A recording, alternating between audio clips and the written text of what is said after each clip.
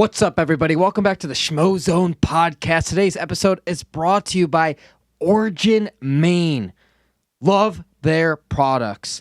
Jocko, man. He's got the Jocko Cold War. Take those every single day. It helps keep that immune system strong. It's got the vitamin D. It's got zinc. It's got everything you need in there. They got their Jocko Discipline, their Jocko Mulk. Take that as the post-workout. Plus, they got awesome clothing. Check them out. 15% off. Use the promo code Schmo at originmaine.com. It's 15% off. Check it out. Great post-holiday gifts. This episode is also brought to you by Egg Weights. Egg weights are the only hand weights in the world that conform to your body's natural motion. They're amazing. They have these 1 pound sets, these 2 pound sets, all the way up to 5 pound sets. They're great for boxing, running, hiking, any type of training. You put these things into your hands, they mold. They have these little covers that go over the middle fingers. They go right into your hands. I mean, it's just perfect. It just adds to everything you do. They come with these like nifty little cases.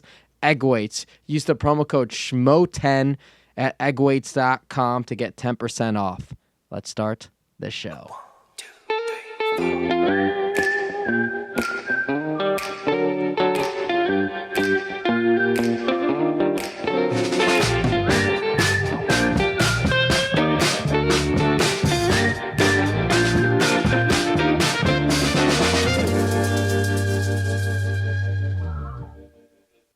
What's up, everybody? Welcome back to the Schmozone podcast. This is episode number 48, the final episode of 2020. I'm Dave Schmulenson, a.k.a. The Schmo. My co-host is... Helen Yee Sports. Almost 2021. Almost 2021. Here it is. We're a couple days away. Big New Year's plans do we have? Eating food. Eating food. Staying Frozen inside. custard. Probably, actually. Ooh, well, I was just thinking, we had some good cake last night. Yes, it was your sister's birthday, early birthday. She was in town. Spent a with lot my nephew. Spent a lot of time with Helen's family over the past few days. Thank you. You're the best. Yeah. I love you. That's not what you were saying 45 minutes ago. Oh, I was saying I love you a lot. Yeah.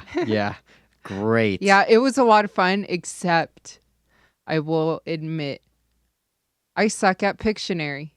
You suck at Pictionary. I bought that game and I wish I could return it. No one in the Yee household was able to beat this guy in chess also. I That's didn't lose true. in chess. Now I'm thinking, how did I beat you months ago? Or wasn't it beginning of the pandemic and then I beat you a few times? And then after that, you've never lost. You beat my whole family and me. And then now it's like that psychological warfare where if I play you again, it's like you have that aura around you now because you've been unbeaten for so long that it's almost like you get afraid to play against you. You're on it. It's that psychological warfare, that mental warfare. It's when you did beat me at the beginning of the pandemic, you didn't just beat me once. It was like a couple times in a row. I lost my mojo. But it's a game where it causes you to think. You got to think 2-3 steps ahead. You got to be a visionary, and you got to take some risks. You got to be patient. And I know patience sometimes isn't your strong suit. That is very true. And that's probably why I'm also a sprinter in swimming, 50 free, 100 free. Hurry, get in, get out, you're done. Yes, and you got some nice swimsuits too, I know, over the holidays. Yes, thank you so much to Arena. I love them. I wore them. I just can't wait to take some photos in them by the pool. Yeah, and then also too, I can't stop looking because this hurts. Yeah. Does it look like it hurts? So you get my skin. Your skin came off on your thumb, but that's what you get from holding a barbell or in a squat rack. It hurts so bad. Or you get that from a kettlebell. Even washing the dishes, like I'm looking at it and I'm like, wow, it looks really tender and raw, but my hands get really dry over the winter. Look, they're so wrinkly. Triple antibiotic and a Band-Aid. Just hold it, cover it. It'll be fine. Okay. Give it 24, because it hurts 48 washing the dishes. Yeah, and you know how much I love washing dishes. I used to get those all the time. But let's get into it, though. Let's first announce the Schmo Awards. We're going to announce those next week, but let's tell everybody what those categories are. There are a total of 6 categories, and here they are. I've been leaving people hanging week to week. The first one's going to be Schmomentum of the Year. Fighter with the Schmomentum of the Year. The second one's going to be the Schmoist Interview of the Year. Wait, so hold on. For those, because this is the first annual, sorry, my thumb hurts. I had to blow on it. The first annual Schmo Awards. So can you explain the categories? Because Schmomentum, is it like Schmomentum, like, you know, they kept winning fights this year, or is it Schmomentum all of a sudden? It's attributes to that. So Schmomentum of the years, they're having all the momentum. They're coming off obviously winning streaks, right? They've had an extremely successful 21, and heading into 2021, they have all the momentum on their side. They got all the Schmomentum. So which fighter has the most Schmomentum on their side heading into 2021? So obviously that means that fighter was very active. That means that fighter was winning. And their 2021 is in a great position because of the position they put themselves in 2020. So Schmomentum of the year. Got it. Schmoist Interview of the year is that athlete who I interviewed that it just became extremely schmo, where on camera, from start to finish, that interview, when you look at those interviews, and I think a lot of the people listening and watching this podcast could kind of guess which one or two interviews that could be. Well, a lot of them try to be the schmo or get into their schmo voice. I can already think of a lot on the top of my head. Well, I'm talking about just completely like took their over the interview, and their personality very, okay. outside of, hey, you're fighting this fighter. What's it going to be? What are you eating? What are you preparing for? How are you training? Who would you bring into camp? They were complete schmo, and they took this to another level. I think Schmoist I know who Interview that of the one year. Is. Okay. Now I got the Schmo Team of the Year. And then this is going to be for a team, for an entire gym, for who stepped up in 2020 and just made a lot of things happen. Because, look, this was a unique year. This was a tough year. And the Schmo will give credit to the gym who pivoted and did some unique things. And, again, I will explain why I gave this gym or these individuals this award next week on next week's show. But this is just the criteria to explain it to different people. So they have it. The most Schmo performer of the year. Now, this one might be a little unique here. So the most Schmo performer of the year is, I'm talking about a guy or gal who was most closely related to the Schmo, being someone that not a lot of people talked about, right? And then they ended up performing. Obviously, they got in the octagon, they got in the cage. And they stepped up, and they became a name in this sport, and the UFC, because I'm making this Is it kind UFC of like fighter. a breakthrough fighter? Yes. Okay. It's kind of like that. It's kind of like that, but I'll get more into but more it as on the Schmo. Okay. And I will give everybody their reasoning, the justifications of why this person is. And by the way, what do these awards look like? They are glass. They got points. Fancy. They are fancy. They're going to have logos on there. This isn't some cheap award here, everybody. Well, we this know is legit. whatever the Schmo's doing, it ain't cheap, okay? Just look at his outfits. Okay, cool. This one's going to be straightforward. Now we're four awards in. The fifth one, the Schmo's Fight of the Year. That's pretty straightforward. It's just the Schmo's Fight of the Year. And then, so here's the difference. There's the Breakthrough Schmo of the Year. This is why I wanted to explain things. So it's different than most Schmo Performer of the Year. Most Schmo Performer of the Year is literally take a guy from the streets, or you would just look at, you wouldn't know he's a UFC fighter. And then at the end of the year, oh my God, this guy's a UFC fighter. You're turning from the Schmo to the pro. Look at it through that type of lens. Okay. I don't want Thanks you were for speaking clarifying to because then the last award is Breakthrough Schmo of the Year, and that is a little bit different. Oh, okay. Yeah, that makes sense. I'm glad that you explained it. Yes, and I'll get more into it when I hand out the awards. So those are the 6 criterias for the Schmo Awards.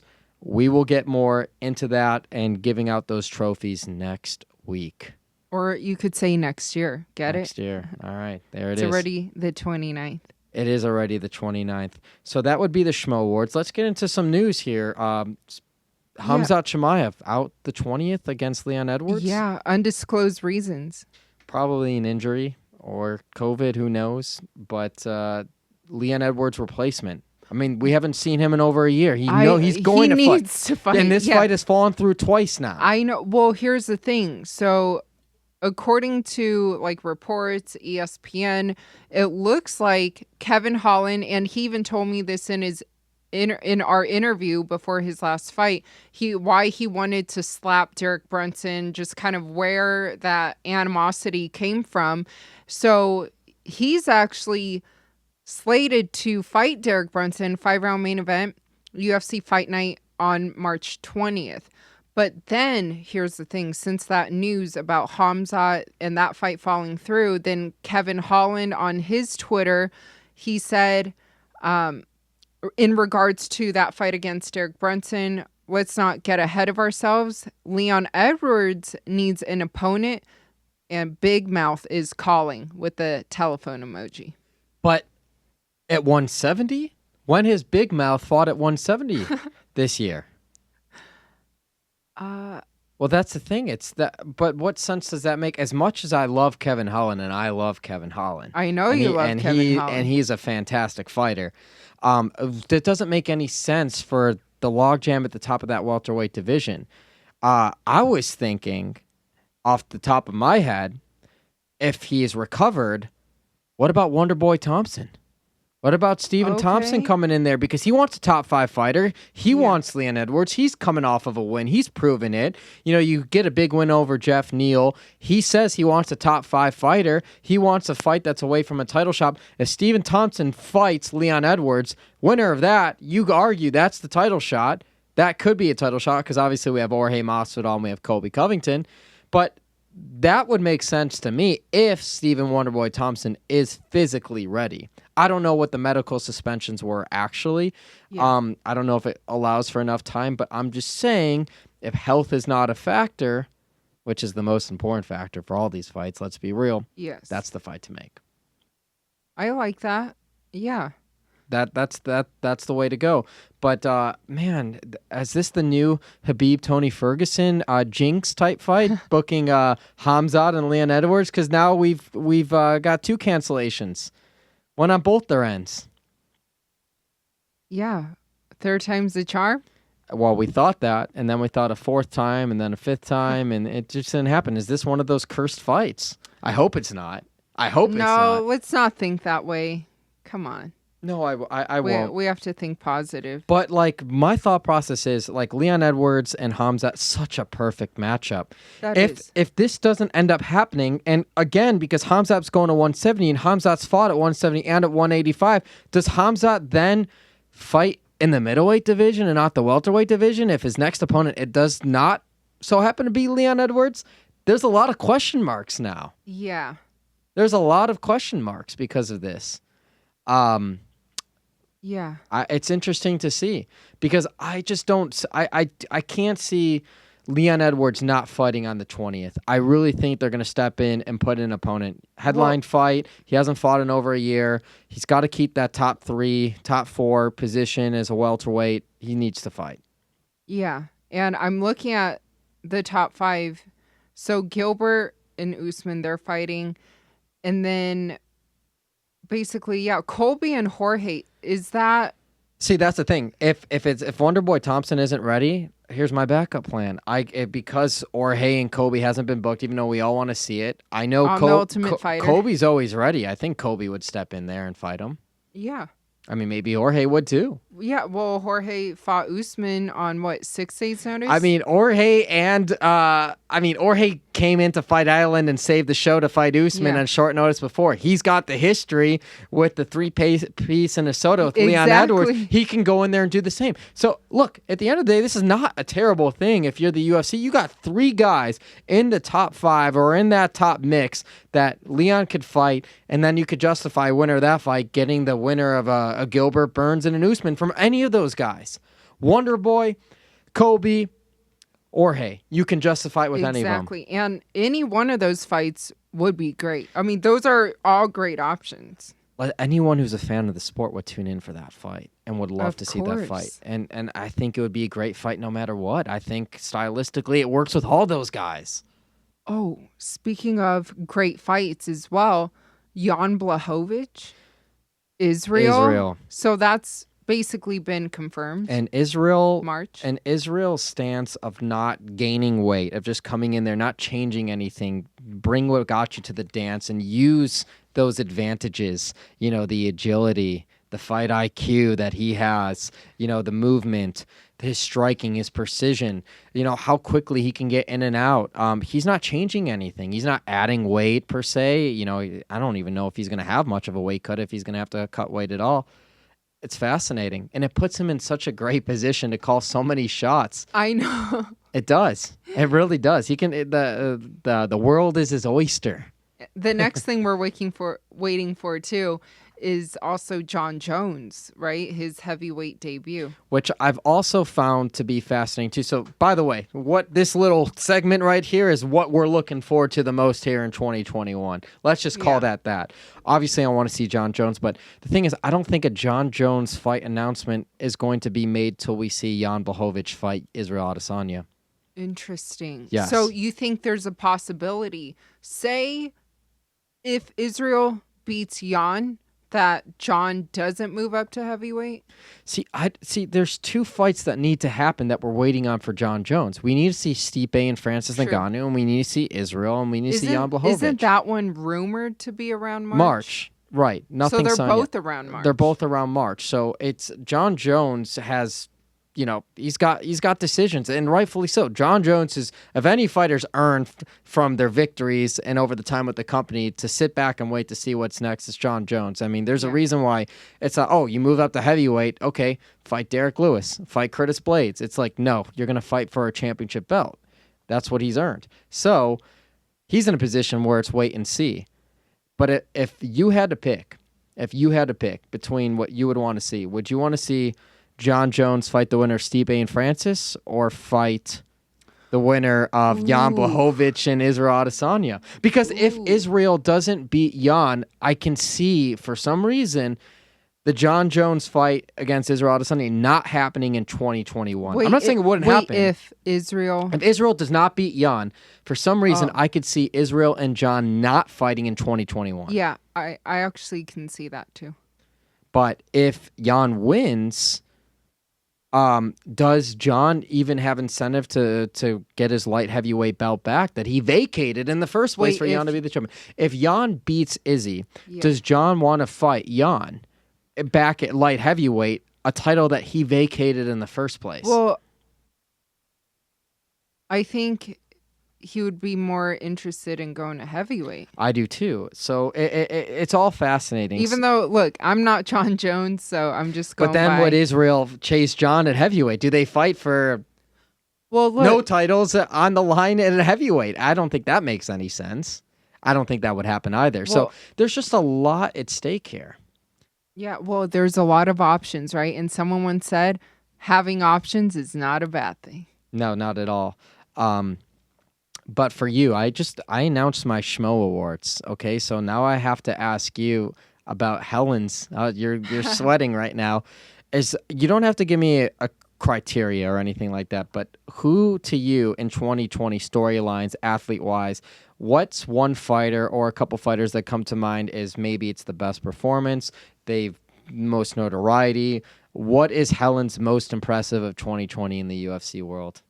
Well, I will first preface this by saying I'm actually recording or filming an end of the year. I know it's literally at the tail end of the year, like a YouTube video on my channel, /Helen Yee Sports, so youtube.com/Helen Yee Sports. So that'll be posted within the next day or two.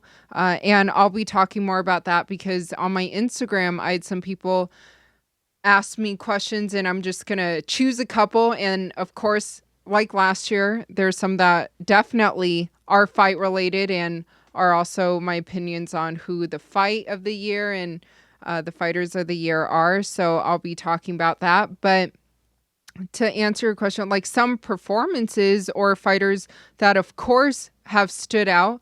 I mean, number one, Kevin Holland, right? How many times he's fought, just like how he's won, his performances, even him in the octagon, just like his whole demeanor, right? What he brings to the fight. He calls himself Big Mouth. He loves talking in Well, there. Dana White gave him that name, and he's embraced it. But now, like he loves, calling himself Big Mouth now. So definitely Kevin Holland, Khamzat, of course. Also, what he's done in a very short amount of time, like this year.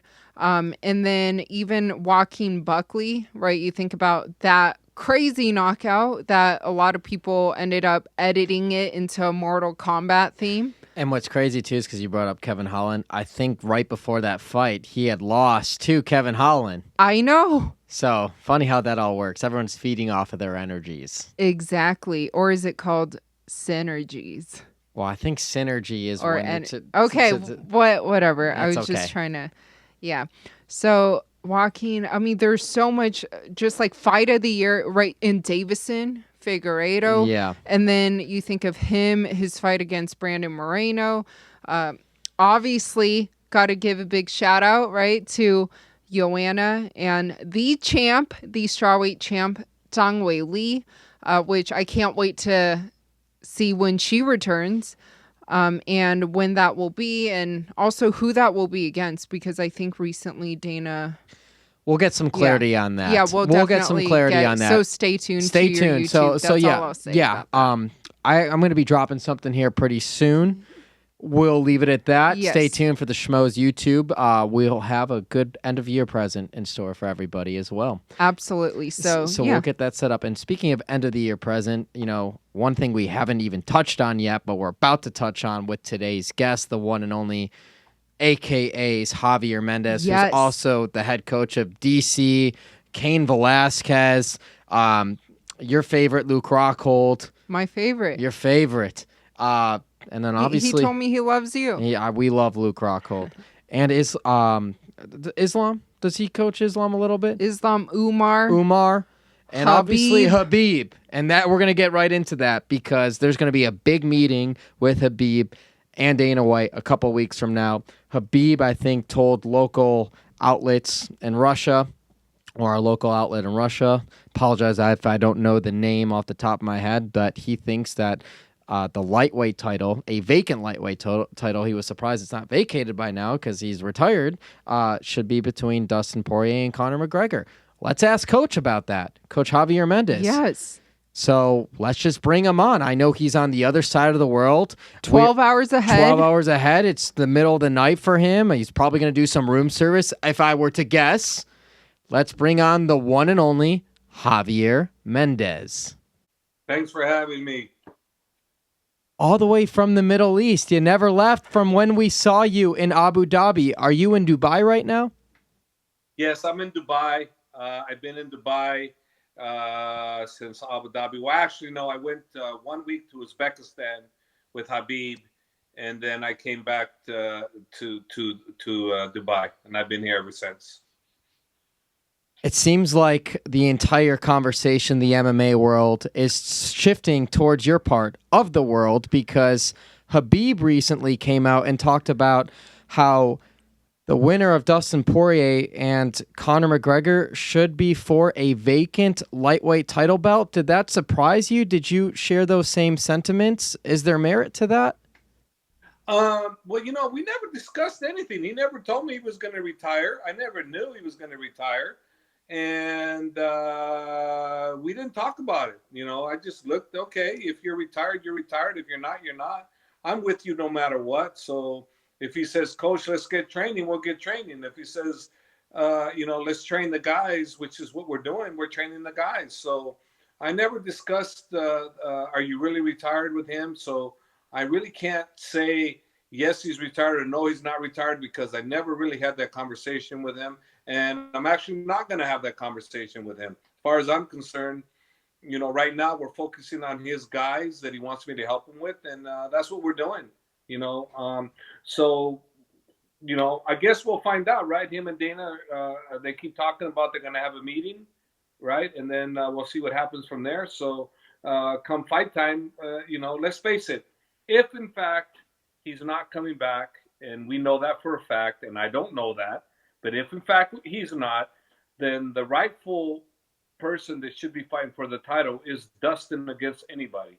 So to me, they got one of the right persons in there, and Conor would be the second right one. Or it could be Justin Gage. It could be the next guy, or it could be Michael Chandler. It doesn't matter.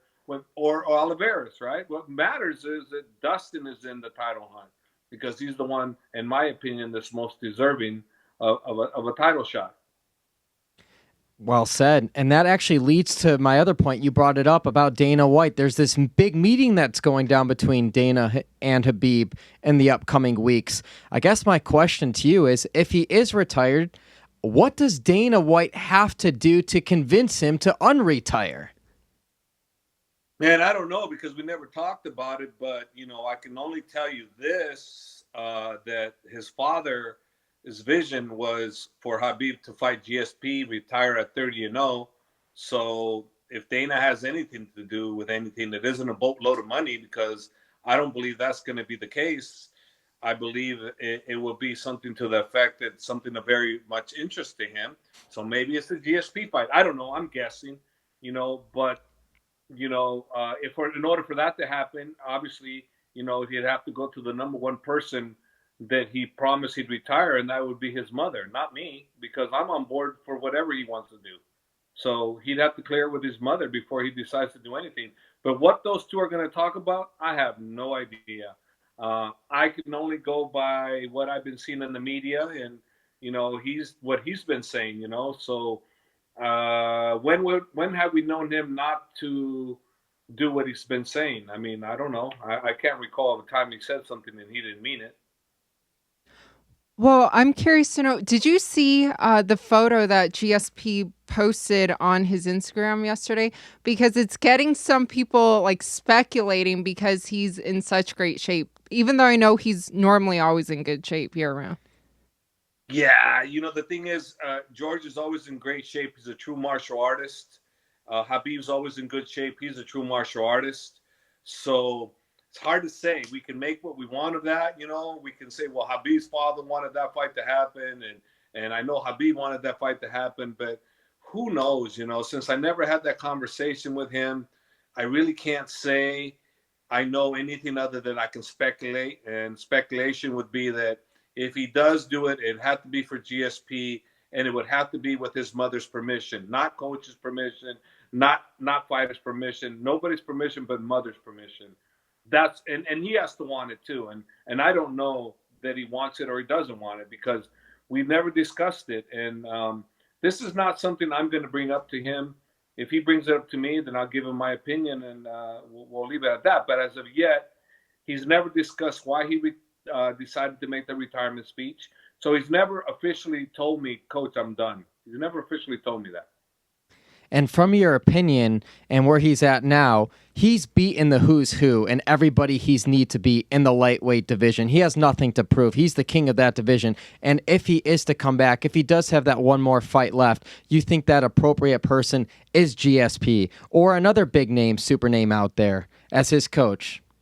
Well, as his coach, for me, if he does want someone, it would have to be GSP, in my opinion, because he's not about the money. So the biggest money, obviously, it's probably Conor, but the biggest legacy and the biggest one his father wanted was GSP. And Coach, we've spoken a bit about before Tony Ferguson. You also just brought up Charles Oliveira. I'm just curious to kind of get your thoughts on Charles' performance and win over Tony, and where do you think that Tony should go from here? Well, I didn't see the fight, and I didn't know what kind of Tony showed up. I was concerned that, how he would show up. I was hoping he'd come back stronger, but apparently he didn't come prepared like he needed to be. So I don't know if Tony needs some time off, or I don't know. I don't really know. I know he's a true warrior. I know he's a fighter through and through. So I really can't make any prediction on what he should do because I didn't see the fight. What I read was that he didn't do so well on the ground and he didn't do so well, period. I noticed that he didn't have his normal coaching with him, And for me, there's always a sign of a break when you don't have a solid background behind your coach. And for me, I've never seen fighters be successful without having that one person that they guided them, the one person or the two people that they had trust in that fighter, and that fighter felt comfortable with them. I didn't see it on the the embedded on this one, so I don't really know. I'm not sure.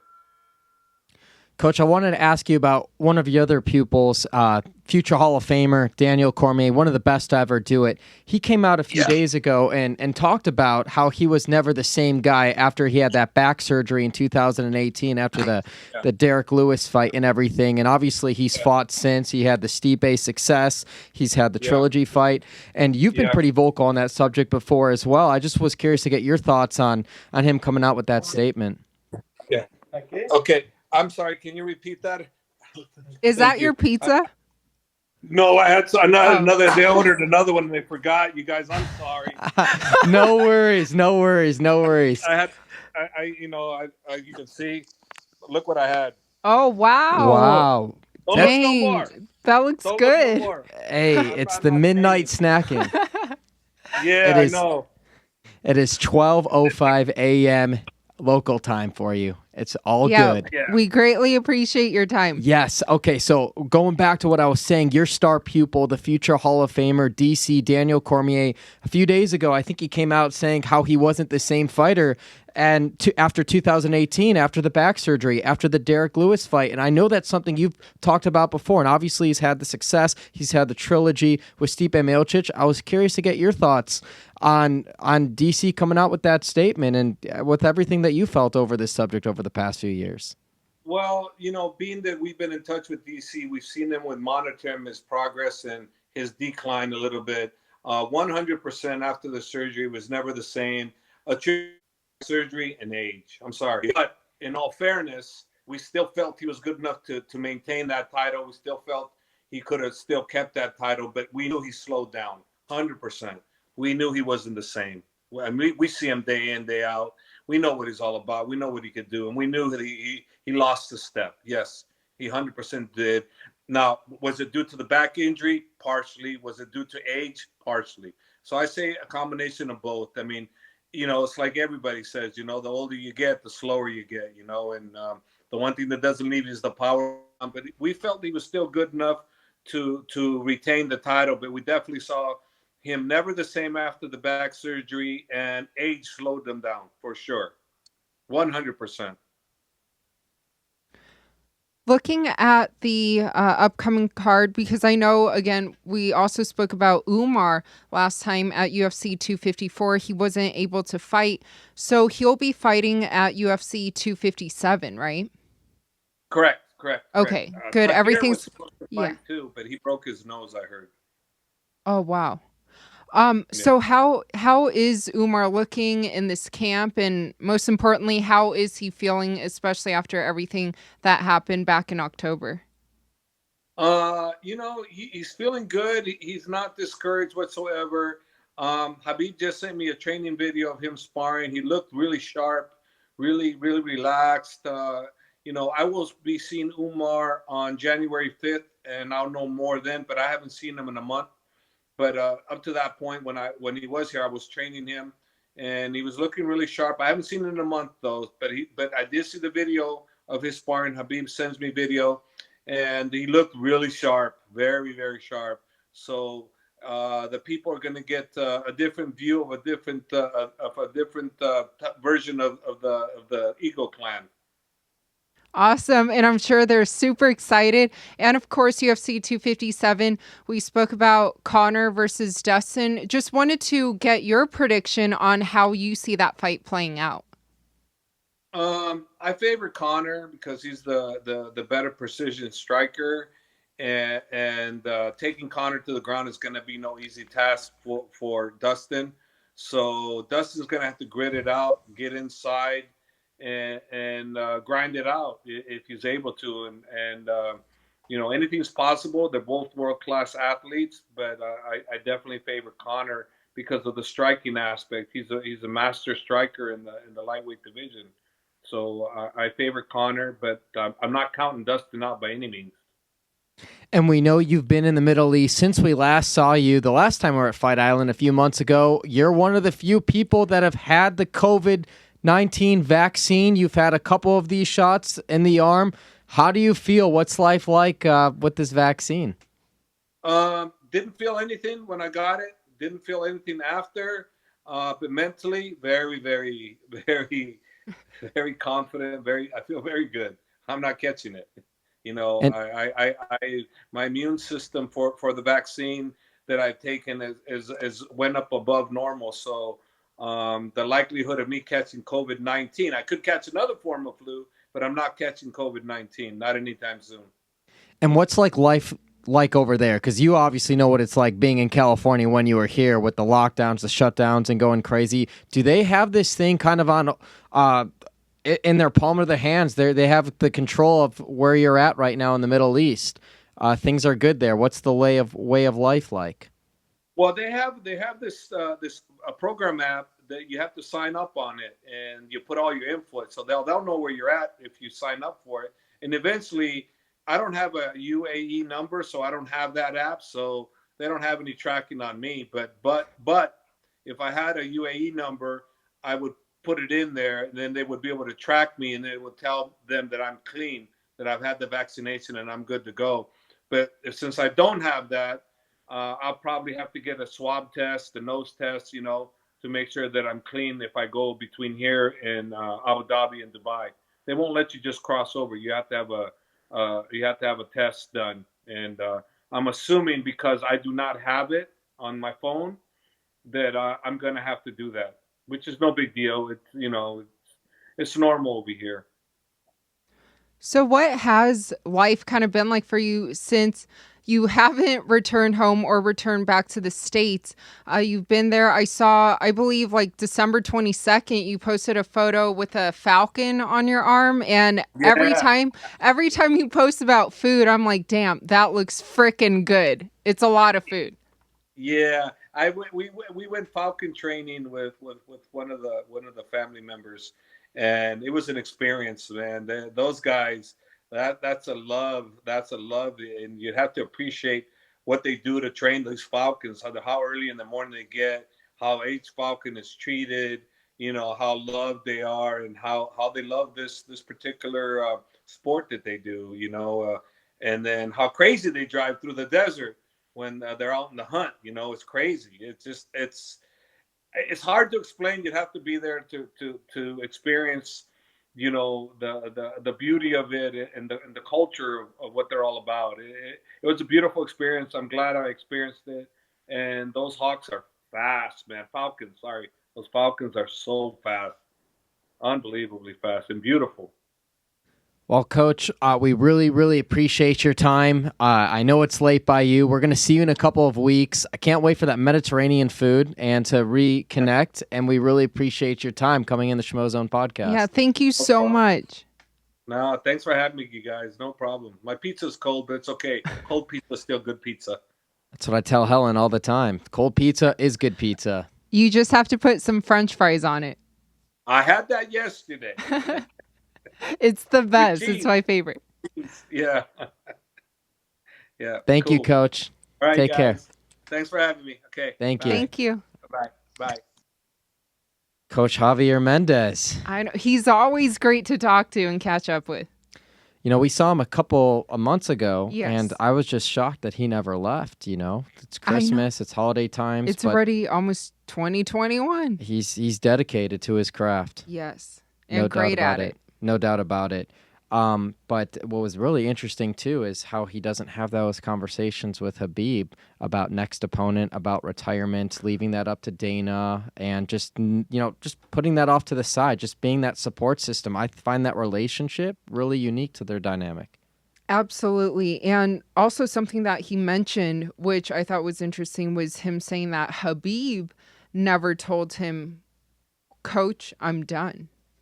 And he confirmed the fight that he wants, which is what all of us fans want, is GSP. Maybe at Allegiant Stadium. But even thinking about it too, the way I phrase the question, is there anything left to prove, cleaning out the lightweight division? Is there been a lightweight fighter that you've always wanted to see Khabib fight, aside from Tony Ferguson? Because now with the situation being what it is, I don't know if I could throw his name in the hat just because of the recent activity. Now, if Tony didn't have those fights with Gaethje and Oliveira, that's obviously the fight we want to see. But is there a lightweight fight out there that would even make sense for him that's not GSP? Honestly, no. Exactly.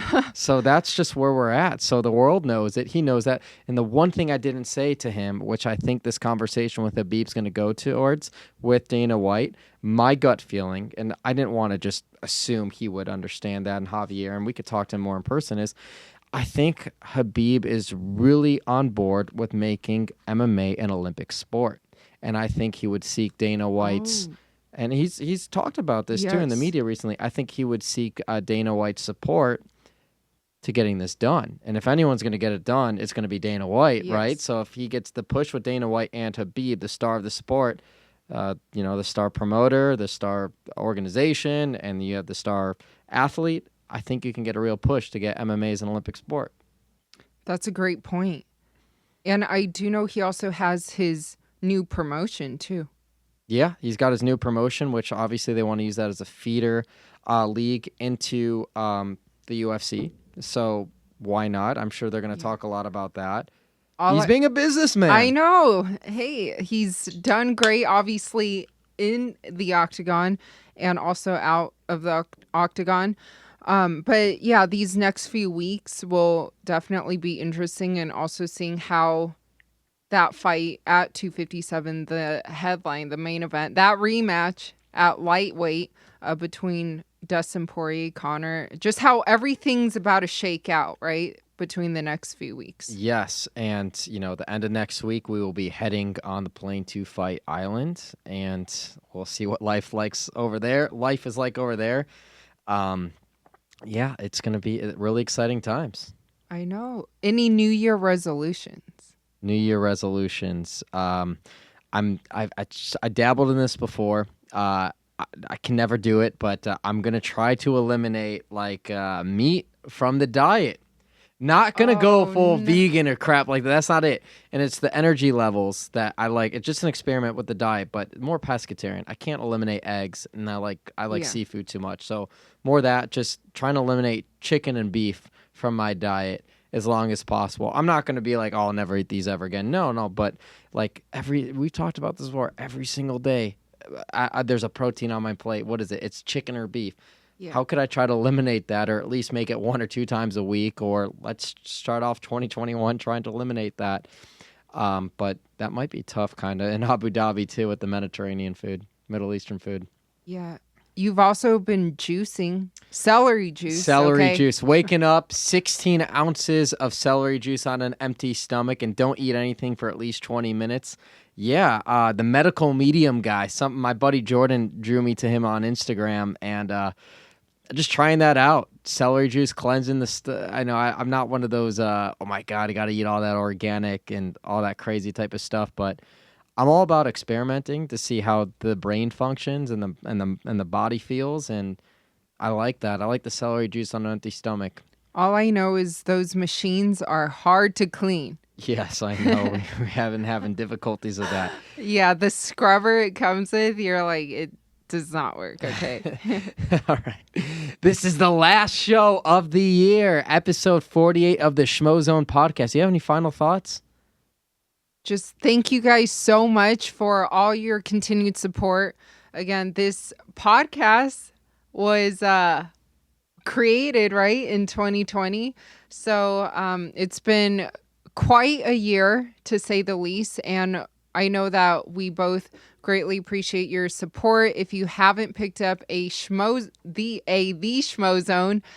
t-shirt, go to www.theschmozone.com. There's also the Schmo face masks and face shields, which David, aka the Schmo, has been rocking during some of his interviews. You see the face shield. It's really cool.